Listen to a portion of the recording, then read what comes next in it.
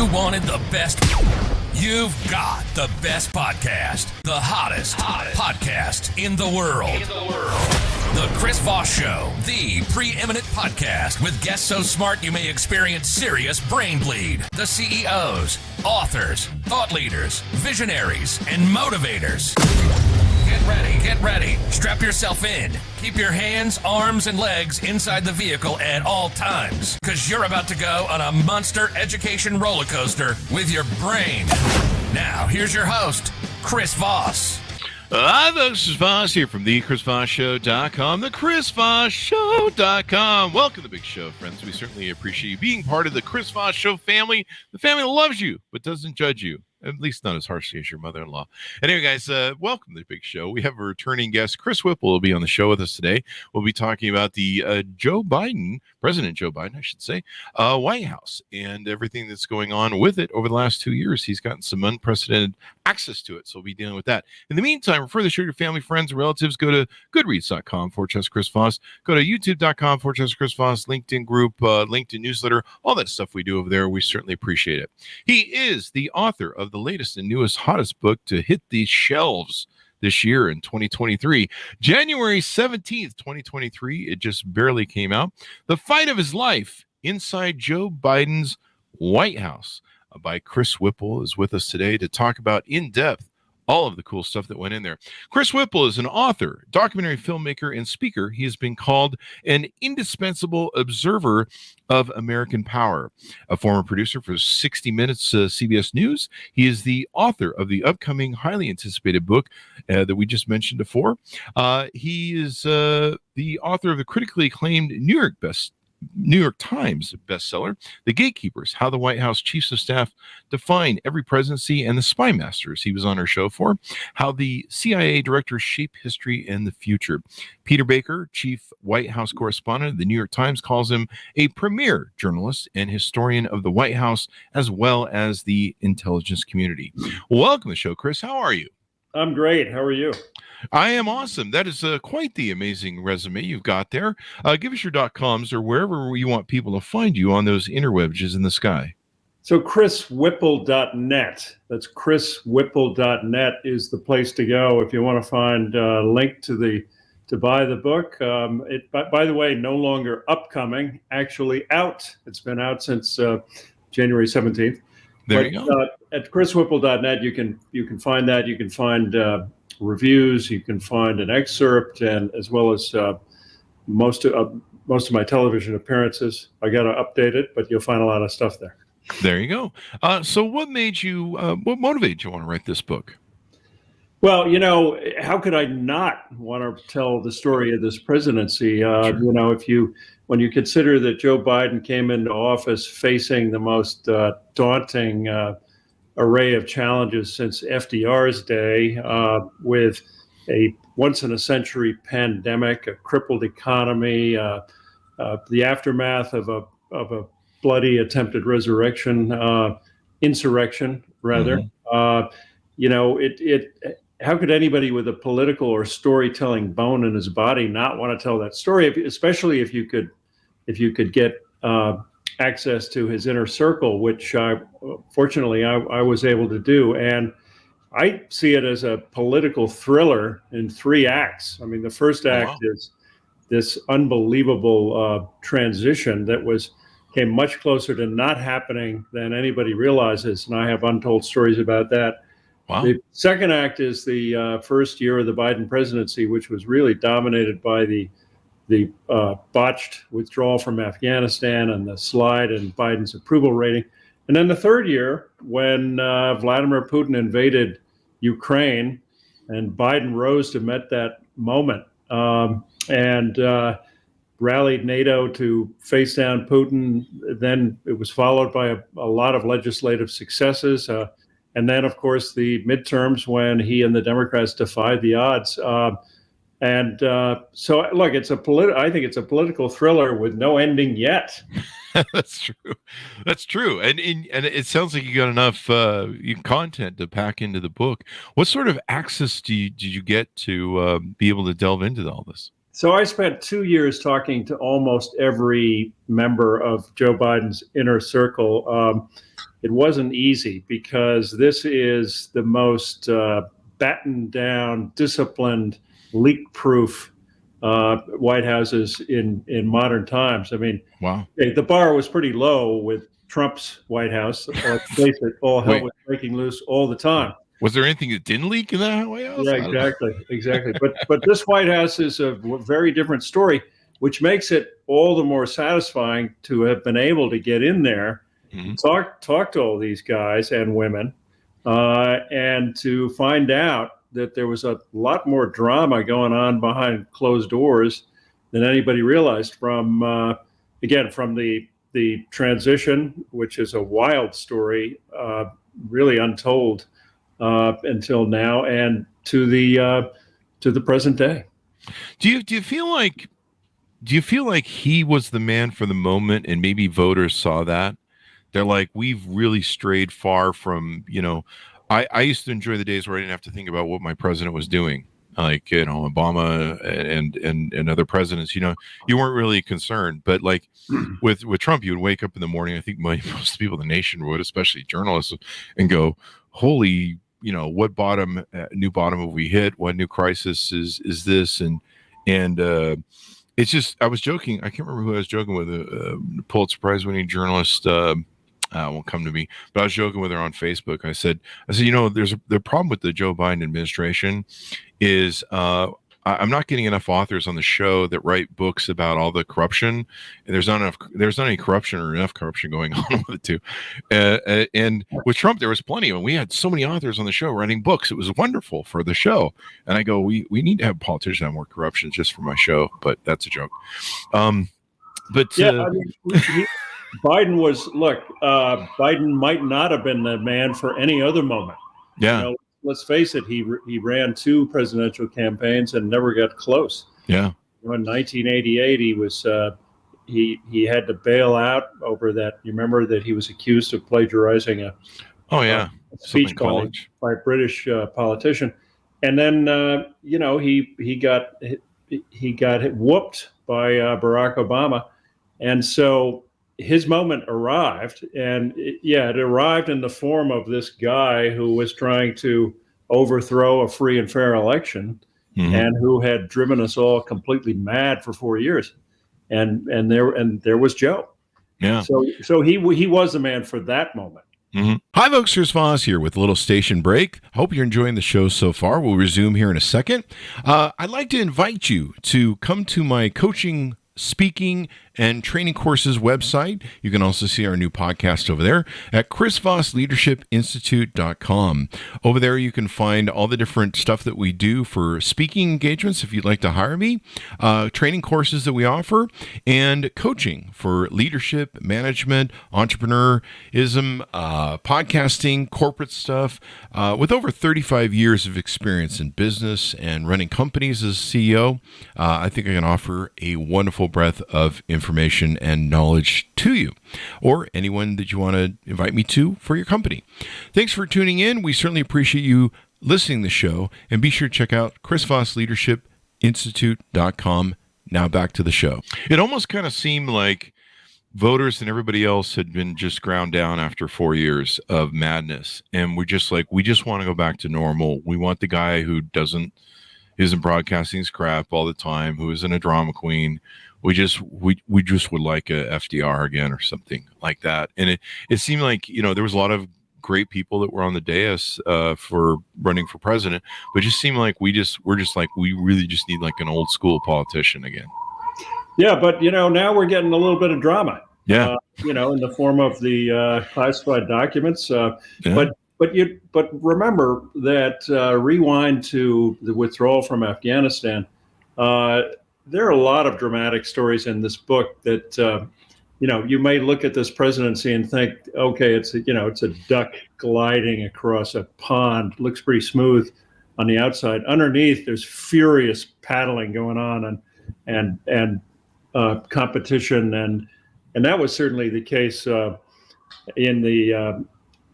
the transition. One of the stories I tell is how, we all think we've read that story when we know it, right? The oceans of ink have been spilled about it, And yet I found this unbelievable story about an obscure Trump staffer in the West Wing who carried out this sub rosa operation under Trump's nose and without his knowledge. Wow. He kept the wheels of the transition turning. And he had he was one of the few sane people in the White House at that point. Somebody described it was like the eye of Sauron. As long as you stayed out of the Oval Office and Trump didn't see you doing it, you could get away with it. And he did. I mean, his name was Chris Liddell. Mm-hmm. He's a guy who was born in New Zealand, came over here, became successful in business, wound up in the Trump White House. And he was there making sure that the peaceful transfer of power took place. Wow. So, I mean, and there are a lot of great stories like that. And this is a tease out in the first act part of the book that you talked about? That's right. Yeah. So I was talking about how it's a 3-act drama. That's the first act. There you go. I mean, it was kind of extraordinary watching it. I had the same feeling, I've been saying for 4 years he wasn't going to leave the White House, and saw most of the movements as that Trump was making as a way to stay and seize power. And, you saw him resistance to the transition. You saw him, doing everything he could to spread the lie and everything else. And, General Tilley was a General Milley. I mean, said at the inauguration, he said, we landed the plane. It's a miracle, kind of half a miracle or something. I don't have his exact quote there, right? But he knew how dangerous it was, and some of the conversation reporting we had that came out from people. So talk to us about that. This guy is keeping their transition moving because they were kind of stalwarting everything and going, we're not really, unless they accept the transition happening, then they're accepting that the votes were fine, right? Yeah, well, remember, so if you think back to this period, this was that time when there was this Star Wars bar cast of characters in the Oval Office advising Trump, from Rudy Giuliani to Sidney Powell, right? I love that analogy. And they're telling him that Hugo Chavez engineered this rigged deal to elect Biden, Chavez having been dead for a few years. Anyway, so the people who actually were sane, and there were a few of them, including this guy, Chris Liddell, were trying to, figure out how to land this plane, as you put it, as a number of people put it, including Liddell. And it was wild because, in fact, Mark Meadows, who was the chief of staff, Trump's last chief of staff, who I called in the Washington Post at one point, I anointed him the worst chief of staff in history because he was up to his eyeballs. And even before the attempted coup, he was the worst chief, but he clinched the title when he became the co-conspirator with Trump. Anyway, Meadows was not so much a White House chief as he was a kind of glad-handing maitre d'. I mean, he would do anything Trump asked him to do, and he was a yes man to everyone else too. Wow. So anyway, he said to his deputy, Liddell, look, you go ahead and do that. You make sure the transition happens, but just don't tell the boss. Wow. So it was just complete madness. It was just a wild thing going on, and Liddell almost quit a number of times when Trump did something outrageous. And his friends, including Josh Bolton, who was a former George W. chief of staff and a guy who just wanted to see the plane land, this group would get on the phone with Liddell and talk him off the ledge and say, hey, Jesus, wow. no, listen, you can't resign because, democracy has to survive here. We got to have a transition. And Liddell stayed. Anyway, it's a great story. It's crazy to think that, we saved this democracy, this republic experiment with a handful of people that were kind of at the helm. 2 people at Justice that told that attorney that, no, we're not going to send your letter out. No, we're not going to pursue this craziness. People in Georgia, that stood up and said, no, we're not going to accept the intimidation phone calls. The Arizona legislature, who he testified at the commission. It's interesting to me how just a handful of people, it seems, were the bulwark against against losing everything. Yeah, it's really true. This all comes down to just it all sort of depends on a few people of goodwill. Yeah.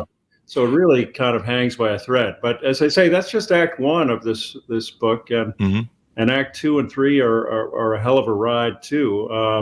And we can talk about that.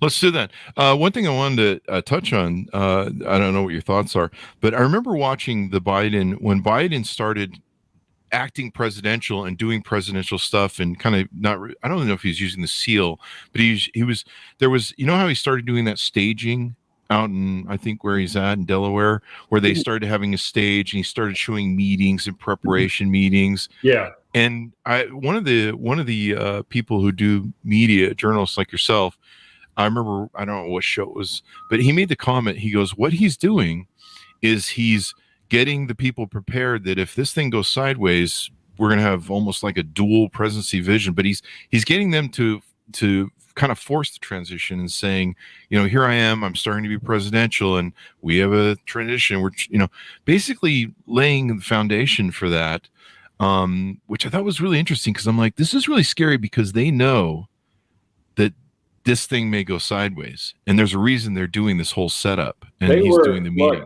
They were preparing for almost anything. Wow. I among the people I talked to was Bob Bauer, who's now the president's personal lawyer. So he's handling the classified documents mess, but at the time he was the senior counsel on the transition. He had a bunch of lawyers, more than 100 lawyers, working this thing, looking at every eventuality, and they stopped counting at like number 70. And one of the unthinkable eventualities was Trump declaring martial law and sending troops into the streets. Yeah. And they spent a lot of time thinking about that, trying to plan for that, to deal with that. It didn't happen, but it could have. Yeah. And then later we come to find out that, SCOTUS could have been compromised if SCOTUS had been called in to decide the election because of some of the things that are going on there. Let's tease out the second act. Let's dig into that a little bit. Yeah, I think, the second act was, again, the first year of the Biden presidency. There are a lot of great stories I tell, including day one when Joe Biden walks into the Oval Office for the first time on that afternoon. And he's got a small group of staffers, Ron Klain, Jen Psaki, a couple of others there with him. Klain's got a stack full of executive orders for him to sign. And one of them says, but Mr. President, first, there's a letter. And Biden goes, oh? And he walks around, he opens the desk drawer, and he pulls out a letter from Donald Trump. And it's 2 full pages. In a small handwriting, and he sits there and he reads it while they look at him. Nobody else had read it. They hadn't even touched it. They saw it in the Resolute desk. Biden reads it and he looks up and he says, that was gracious. He said, shockingly gracious. And they said, Psaki says, do you want to put out a statement, sir? And he goes, nah. This is between him and me. Yeah. Now, don't you want to know what's in that letter? I mean, my thought is, so I called up Jared Kushner. I got him on the phone. I said, Jared, tell me about this letter. And he said, look, all I can tell you is he's got a lot of levels. And I heard him chuckle when he said that. And then I said, well, what about it? He said, well, he spent 3 days writing it. Wow. Now, one question I have is, did Trump in this letter, if it was so gracious, did he acknowledge that Biden was president? I mean, do you leave a letter for somebody in the Resolute desk who is not president? That's true. Who you don't think won the election? I mean, that goes to his mindset. And I would think the January 6th committee and Justice, among others, might want to read that letter. Yeah. Yeah. It'd be interesting to have a public, and he's never published it, right? He's never let it out. No. It's Biden has it, and it goes into the archives, and someday we'll read it. Yeah, the Trump presidency. I remember Rachel Maddow used to keep track. You remember she used to keep that wall? It became a wall of all the people that were being, either kicked out of the Trump presidency or quitting. Yeah. And remember how it got so big she had to like change the studio. And it was just like every day there was like it was just a clown car of people exiting. And I think with the Biden presidency, correct me if I'm wrong, we're just barely seeing one of the first major change-ups. I mean, Jen Psaki left the White House to go to MSNBC, but the chief of staff is now leaving just barely. Yeah, and Ron Klain is a major character in my book. Joe Biden is the principal character, but Klain comes in a close second. Mm-hmm. He's a really fascinating guy. Absolutely whip smart.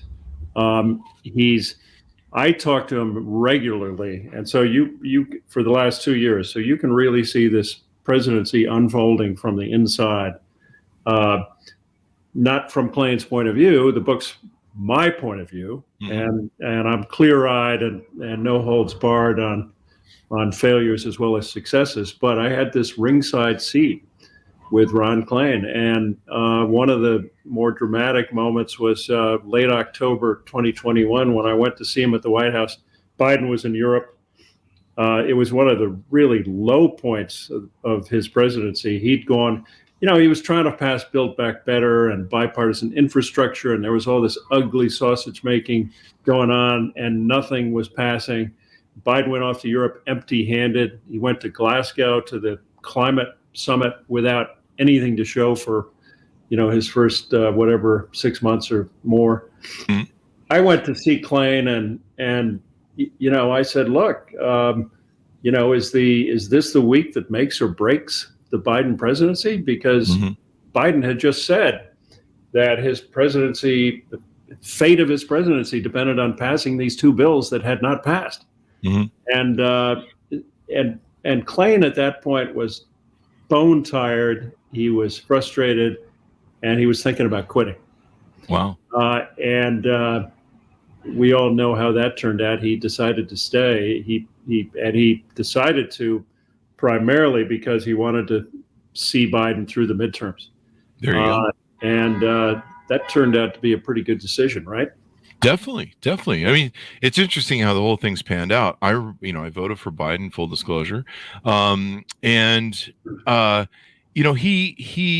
kind of looked to me like in the first year or two, I've lost track now, but I was really like, oh my God, inflation is going to kill him. It's going to destroy his presidency.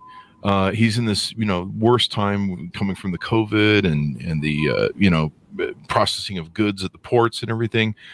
And here he is, trying to do his best. The Build Back Better fails, lots of finger pointing within the Democratic Party and the thing of maybe the progressives screwed it up and, we reached too far. And then it all kind of comes together, which is kind of interesting. And then all of a sudden he starts smacking balls out of the park. Yeah. So, but again, remember during that first year, it was rough because he had the Afghanistan debacle, which triggered a slow decline in his, actually pretty quick decline in his approval rating. Mm-hmm. Then he gets smacked by, Jake Sullivan's favorite expression, the national security advisor, he stole from Mike Tyson, which is everybody's got a plan until you get punched in the mouth. And they got punched right in the mouth by the Delta variant and then inflation and supply chain problems. All of this stuff was going on. And as you point out, they managed to pretty much turn things around. And I personally feel this brings us to Act 3, that the turning point of the Biden presidency was February 24, 2022, when Vladimir Putin invaded Ukraine and Biden rose to meet that moment. We had the intelligence that the U.S. had on that invasion was like one of the CIA's finest moments. They've had plenty of low moments, but this was probably the finest moment since the Cuban Missile Crisis in 1962. They had Putin absolutely dead to rights. They knew exactly what he was going to do. Biden tried to persuade, the NATO leaders, and nobody was buying it. And I have this great story about Kamala Harris meeting with Volodymyr Zelensky on the eve of the invasion at the Munich Security Conference. She privately meets with Zelensky, and she says, not only are the Russians coming for Ukraine, they're coming for you personally and your wife and your family. Hit squads are coming. And Jesus. Zelensky was still dubious and skeptical that the Russians were going to invade. He leaves. She turns to an aide and says, I wonder if that's the last time I see him alive. Chilling. That is chilling. Wow. So much to have in this presidency. Let me see if we can squeeze a few more things in. You talk in the book about what he thinks about Kamala Harris and their relationship. Do you want to tease out anything? Are we going to see her as another vice president if he runs again? Or well, it's yeah. I mean, one of the things my favorite. I don't think this book is necessarily just for political junkies. I think that it's a really human story as well. And my favorite moments in the book are the kind of private, unguarded moments with Biden, where you find out what he really thinks of Kamala Harris, his fraught relationship with the Secret Service detail, what he really thinks about the press and about the Ivy Leaguers in his White House who kind of look down on him. And anyway, the Kamala relationship is fascinating and complicated because, as I just suggested, he gave her some very important national security assignments. He really had a good rapport with her early on. They were in meetings together all the time, partly because of COVID, partly because Biden wanted her there. I say COVID because they weren't traveling at that point. Mm-hmm. Anyway, things got more complicated. And maybe I'll leave it there and not do a spoiler. You got to read the book. You got to order it up. Find out. I'm digging now. I'm going to order the book. No, it's interesting. I've heard some rumblings from that camp. You probably heard more as a journalist than I have, but there was some reporting that she's had staffing problems, issues with her staff, and some conflict there. And so it's kind of been one of those things where you're like, I wonder where this goes. And of course, the Biden presidency, we really need to return to normal. To me, that's what it speaks to in his election, and also in the midterms here, where people are just like, we're enough of the circus crap. We just want stuff to go back to normal. Go run the damn country. Leave us the fuck alone. Let us watch our TV. It's that network thing. Let me just watch TV with my radial tires and just stay out of the thing. And we also need a politician who return the order, return some semblance of the message of democracy in order to the world, that the world could go, okay, cool, America's back, that sort of thing. Yeah, I agree with that, but I also think that Biden was and is trying to do two things that are contradictory. Mm-hmm. On the one hand, he wants to unify the country, and on the other hand, he has to call out MAGA and the lasting power of Trumpism. Mm-hmm. And the one thing that surprised him more than anything else in his presidency was the staying power of MAGA. He thought it would be in the rear view mirror by now. Wow. He thought, hey, I won by 7 million votes. It's a mandate for the normalcy you were just talking about. But it wasn't going away. And so for a long time, he just talked about, when he referred to Trump, he would say the former guy. Remember that? Yeah. Yeah, the former guy. By the way, I have some great stories about him taking a friend around the White House residence and pointing out some of the stuff that Trump left behind. Nice. And saying, can you believe this blanking, you know what? Anyway, so Biden, after a while, felt compelled to call out Trumpism. He gave a hell of a speech on the anniversary of January 6th. I don't know if you remember. People remember. Yeah. It was a hell of a speech. Mm-hmm. He said, "I'm going to stand in this breach. This is not going to happen again." And so of course, the key to success in the midterms, when all of those crazy Republicans ran, many of them endorsed by Trump, and the Democrats defied the odds. The key was talking not about inflation that all the pundits said he should be talking about, which is obviously a really serious problem he's got to deal with. But the key to the midterms was to talk about women's reproductive rights, because they were pissed off at the Supreme Court, and about Trumpism. So he did, and he had pretty good results. Yeah, it was really interesting to me. In fact, I was watching the approaching midterms, and I was thinking, my God, we're going to lose this wholesale. And then the leak happened with SCOTUS about the abortion Roe versus Wade being turned over.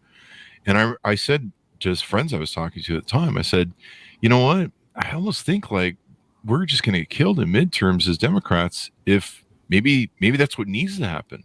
They need to overturn Roe versus Wade, and that'll get everyone fired, because no one wanted to vote. Like, people are just totally like, we just burn out on politics. We don't care anymore. And then it happened. And it's almost like, I don't know, it's almost like one of those fateful stroke of whatever things. You have to wonder what the midterms would have been, and the next 2 years of his presidency would have been without the SCOTUS overturning it. Yeah, Joe Biden likes to say that he's a great believer in fate. And so maybe this was fate, playing a role. Nobody saw that coming, but it fired up the Democratic base and more. It fired up, independents and women. And then, the clown car of Republican crazies that ran for, the people said, Mike Barnacle said on Morning Joe, normal beat crazy.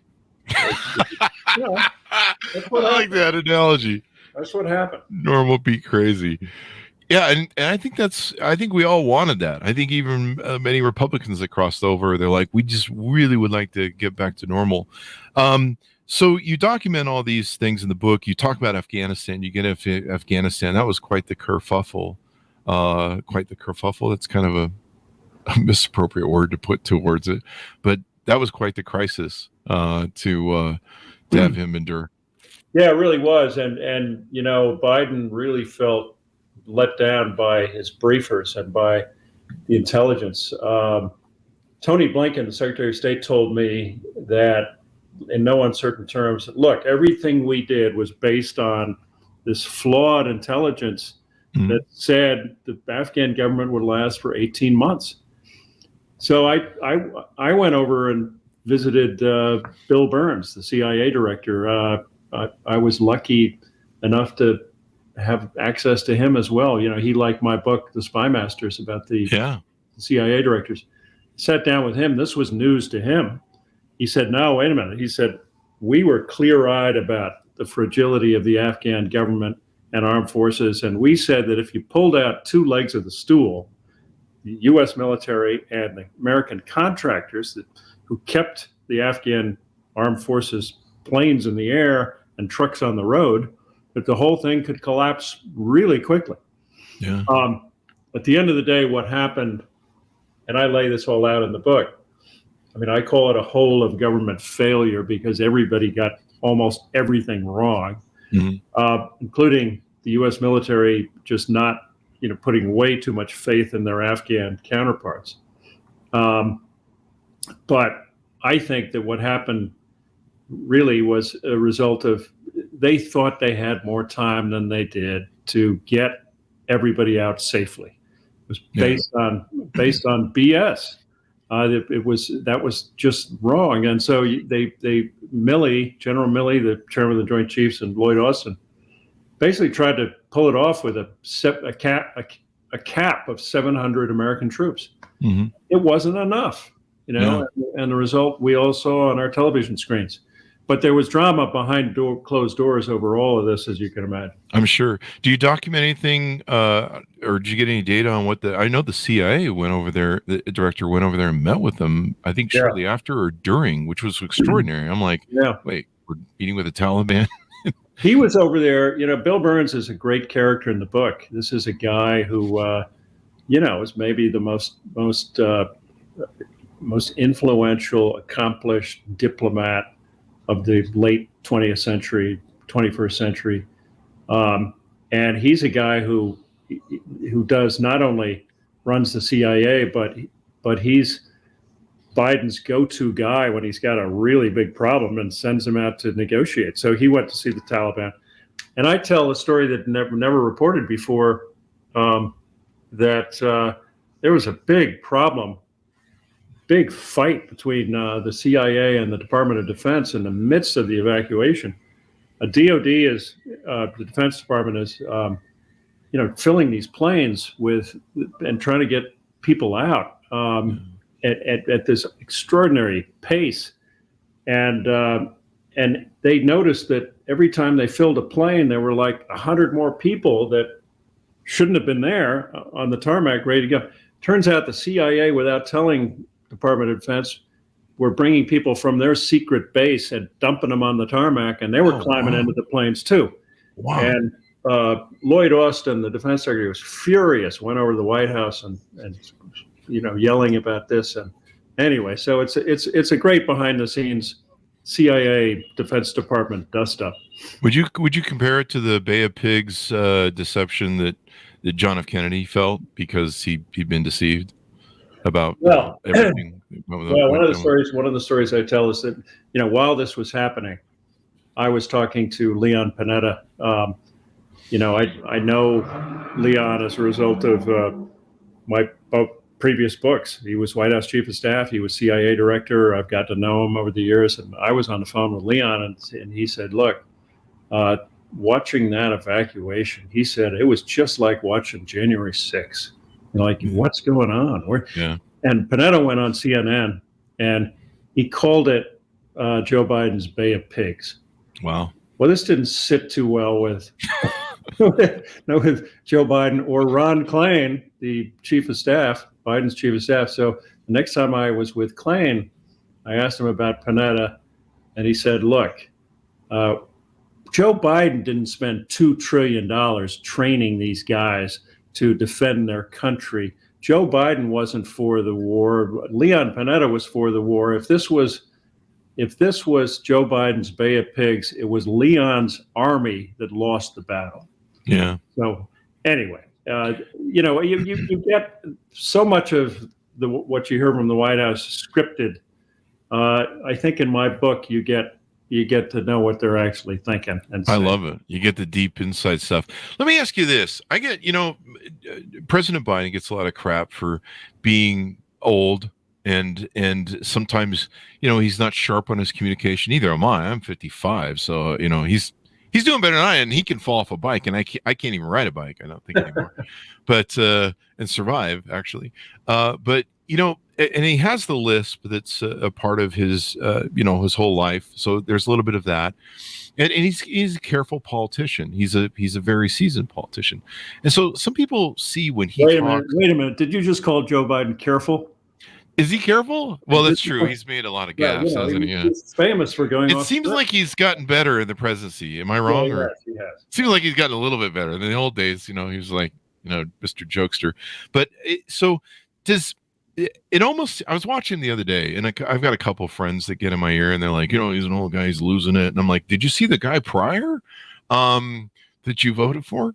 But it almost seems to me like Joe is way more smarter in private than he is when he's doing those things. Yeah, he may have a couple gaffes, and he may say things wrong. And sometimes I almost see like it feels like he's working a little bit hard to get it right and not make gaffes and maybe not just come across as the prior guy. It almost seems like he's crazy like a fox almost. I don't know. What do you think about that idea of mine?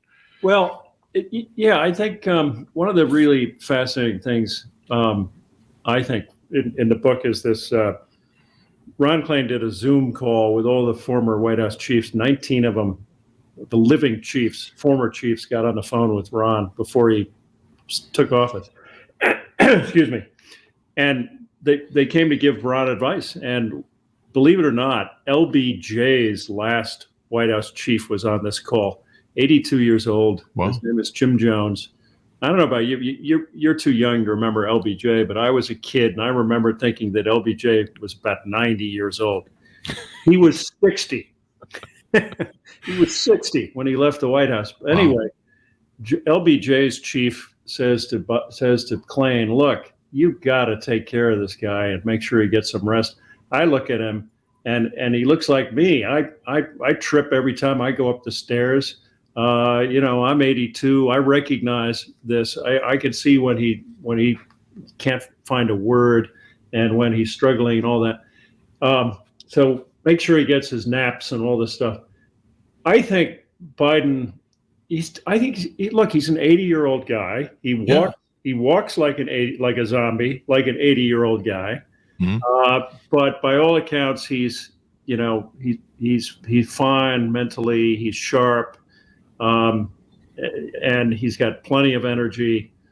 Bruce Reed, his deputy chief of staff, told me a story about how they were in Europe and they'd gone through 4 summits back to back, exhausted. They dragged themselves on Air Force One, slumped into their seats, and tried to go to sleep. Everybody was wiped out except the boss. The boss comes into the senior aide's cabin, and he sits down and he starts telling stories. And 6 hours later, as they land in D.C., he's still telling stories, and they're prying their eyelids open, trying to be polite. But he had plenty. He had energy to spare. So, yeah, I mean, people give off the presence that when he's not in front of cameras, he's sitting in a back room of the White House and they're feeding him pudding or something. He's drilling down the side of his mouth. I mean, this is some of the Republican stuff that I get from my Republican friends. But I was watching a couple weeks ago, and I'm like, this guy's way smarter behind the scenes. Like, this guy's he's a seasoned politician, and he's sharp as a tack, I'm sure, behind the scenes. And I started going, he really is crazy like a fox. You see times where, what was the time where he said something really rude, or he swore about, I think it was Trump or something. He called somebody, or it was the reporter from Fox News. And he goes, what a stupid under his breath, and it's on a hot mic. And he knew it. Like, people were like, oh, he's doing dumb gaffes. I'm like, I don't know. I think he knew that dart. I think he threw that dart on purpose. Yeah. How about his line in Warsaw when he gave that speech about Putin, and he said, for God's sake, this man cannot remain in power. Right. Yeah. That was ad-libbed. That was not in the speech. Yeah. I was talking to Ron Klain 15 minutes after that speech, and he goes, Chris, the president ad-libbed it. Yeah. It was totally. Yeah, but he knew what he was doing. And that line is, the White House ran around with its hair on fire trying to say, well, no, that's not what he meant. That's exactly what he meant. And he came out and said it too. No, I meant it. Yeah.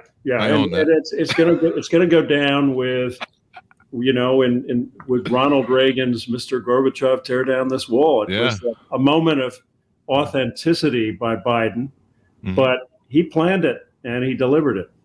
I've got a hard out for you here in about 2.5 minutes. Just really quickly, what do you think of the next 2 years are going to be like? Is it going to be a circus show, or is it going to be, I don't know, what's your thoughts?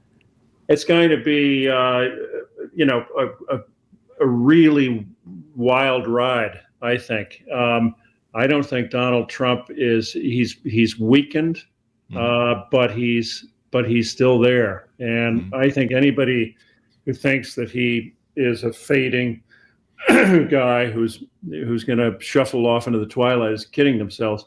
This is a guy who will do anything if DeSantis tries to go for the nomination. I think Trump will do whatever he has to take him down. Biden and his team are planning to run against Trump. They think democracy is still on the ballot in 2024. Anything could happen to Biden at his age. You've got the documents thing out there. You've got and just a lot of big challenges, including avoiding a recession and keeping NATO unified. It's going to be a wild fourth act, and I'll be out there talking about it and trying to sell a few books. There you go. And you'll probably have a next book going with the classified documents and all the stuff that's not coming out. Sure. So that's going to be interesting how that all comes together. Well, Chris, it's been always wonderful to have you on the show. You bring such wonderful insight into politics and everything you have you access to. Give us your .com so people can find you on the interwebs, please. So the place to find it is at chriswhipple.net. Again, that's chriswhipple.net. You can find a lot of information about the book, a couple of early reviews that we've had even better reviews since. You can find links and some of my television stuff, and I hope people will check it out. I hope they will too. I will be checking out because I've been interested in what's gone on with this White House. I've been, because it's been pretty quiet. I mean, it's been they kept lid on. I'm kind of a little disappointed though because we got a lot more great books and authors that came on the show during Trump's presidency. In fact, it never seemed like it was going to end. All the books that were written about it. Anyway, thank you very much, Chris, for coming on the show. Thanks for having me. There you go. Thanks so much for tuning in. Go to goodreads.com/Chris Voss. Go to youtube.com/Chris Voss and our big LinkedIn groups. Thanks for tuning in. Be good to each other. Stay safe. And we'll see you guys next time. That should have a